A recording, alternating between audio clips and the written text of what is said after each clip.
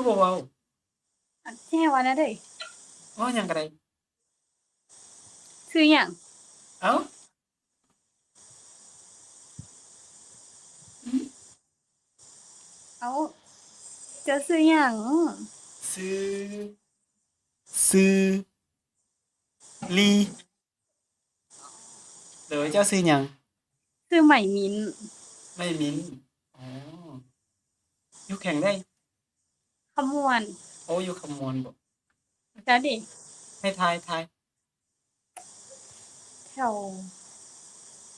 นครหลวงบ่แม่นหลวงพระบางบ่จะบอกสุดท้ายบ่ถูกดอกอยู่อุดมไสเจ้าอ๋อโดยเอ่ออายุจักปีแล้ว1515เพิ่นน่ะเชื่อว่าหน้าเฒ่าบ่บ่แบบตกใจแบบอ้าวคือแบบ15หน้าเหรอเฒ่าหน้าโอ้เฒ่าติมันบ่มีไผเชื่อเลยว่า15คือแบบวัยรุ่นแบบเอ๊ะเด็กน้อยสมัยนี้คือว่าโตไวแท้อ๋อสมัยนี้เขาแต่งตัวเป็นนี่แต่ว่านี่ยังบ่ได้แต่งตัวเป็น โอ้บ่แต่งตัวก็ได้น่ารักแล้ว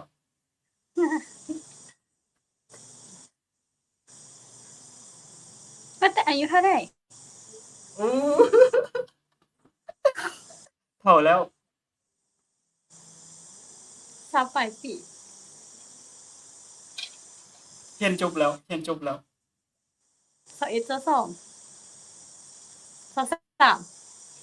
2324แล้วอ้าวมีเขียนหน้าคืออันประมาณ21 22อ๋ออีหลีบ่แม่นแต่ว่าเฮาหน้าเฒ่าไปแล้วเดะ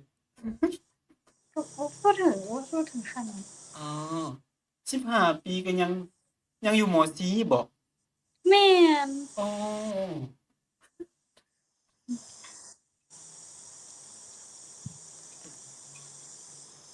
เรียนจบแล้วอยากไปเฮ็ดหยังตำรวจ โอ้ตำรวจอาโอเคดีแล้วแต่ว่าบ่ต้องมากัก 45เฮาเด้อเฮามาอยู่เวียงได้3เดือนถูกตำรวจกักไป5เทื่อแล้วอ้าวไปเฮ็ดอิหยังคือแบไปบตำรวจมักเฮ็ดคดีตำรวจมักเป่าแฮง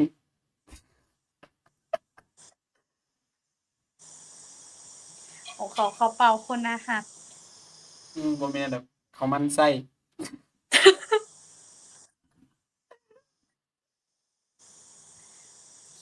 โอเคคำม่วนมีหยังน่าเที่ยวบ่ฮะอยู่คำม่วนมีหยังน่าเที่ยวบ่อืมมีบ่ฮู้แหละมีหยังงามบ่ถ้าสิเป็นแถวเป็นแบบเป็นวัดเป็นพวกแบบหาดบ่ลิ้นสิอ๋อบ่แต่ก็บ่ปานใดรู้สึเนาะกว่าไปไสเลแต่ยสำหรับอ้ายน้องงามสุดแล้วคำม่วน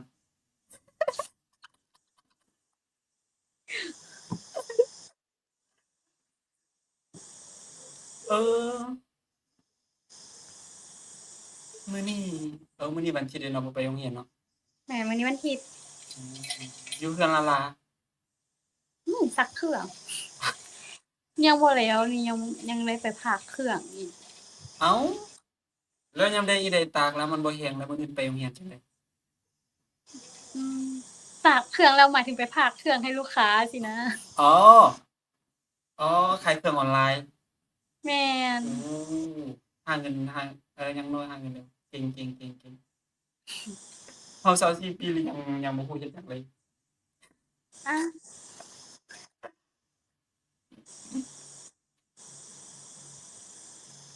ไปเฮ็ดเวียกอยู่เวียงบ่แม่น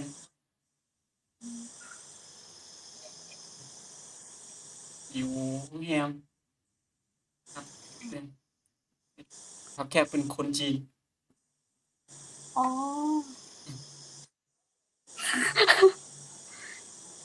เฮ็ดเวียกนำคนจีนแต่ว่านักโพดอยากออกเลาะไปเฮ็ดคือว่านั้นนั่น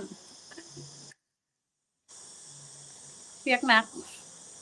มันก็บ่ได้หนักหรอกแต่ว่า แต่ว่าแขกมันวุ่นวายโพดมันเลย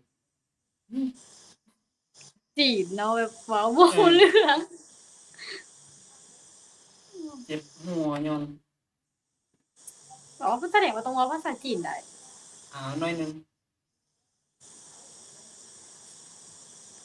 สอนแหน่จักคำหนึ่ง เอาเว้าบ่ฮู้ดอกเว้าบ่รู้เรื่องเว้ามั่วดอกเขาบ่ได้เรียนภาษาว่ะอยู่โรงเรียน เอ่อบ่บ่ได้เรียนว่าเขาก็มีเปิ้นเรียนแต่ว่ามันไกลโพด อ๋อเรียนไว้ก็ดี เพราะว่าอยู่นี่เพราะว่าเดี๋ยวนี้บริษัทจีนมันมาหลายใช่เปล่า แม่น อืมขายเครื่องขายของสิก็หยังก็ไปเอาอยู่จีนมาขายใช่ไหม แม่นข้อยก็เอาเครื่องออเดอร์จีนมาอีก โอ้ติดต่องานอีกว่ะ ติดต่องานกับขนส่งอีกโดยตรง โอ้สร้างกับเราจีนได้พี่ บ่ปานใดเพราะว่าส่วนหลายสิได้ใช้เปเอานี่เพราะว่ามันเป็น อ๋อ สิบ่ได้สู่เว้าเพราะว่าเฮาติดต่อกับขนส่งลาวแบบผ่านลาวสิ อ๋อ ผ่านขนส่งลาวเอาขนส่งเป็นคนสั่งแล้วข้อยเป็นคนหาเครื่องจากแอปเองสินะ อ๋อ เป็นคนไล่เงินเอง